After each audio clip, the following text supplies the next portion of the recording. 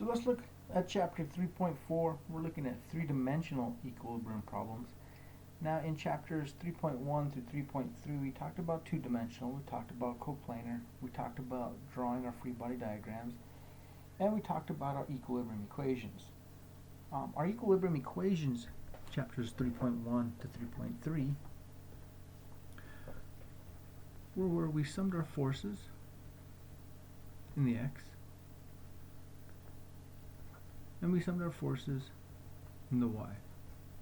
And we could say that summing our forces in the x plus summing our forces in the y equal to 0.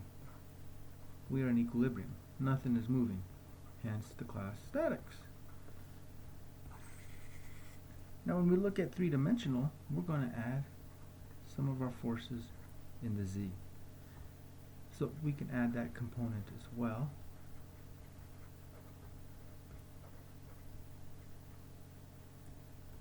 That's a y.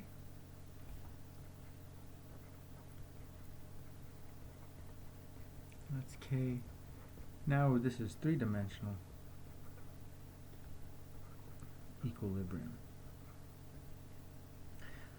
So when we're looking at our procedure,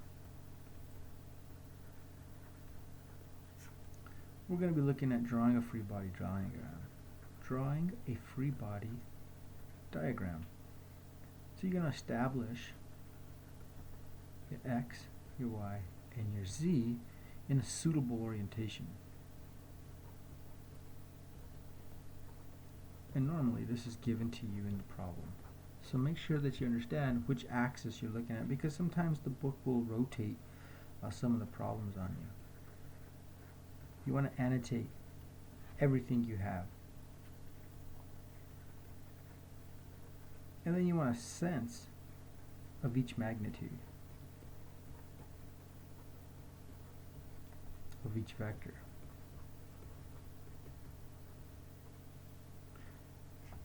Hence the direction of which way that vector is pulling.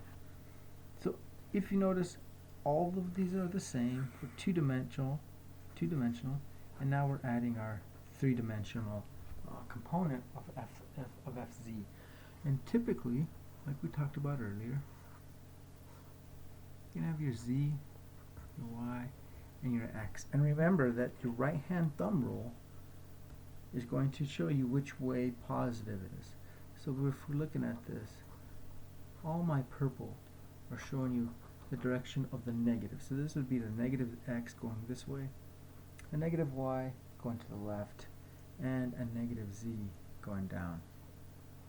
So make sure that you orientate yourself looking at this axis and where the object is falling.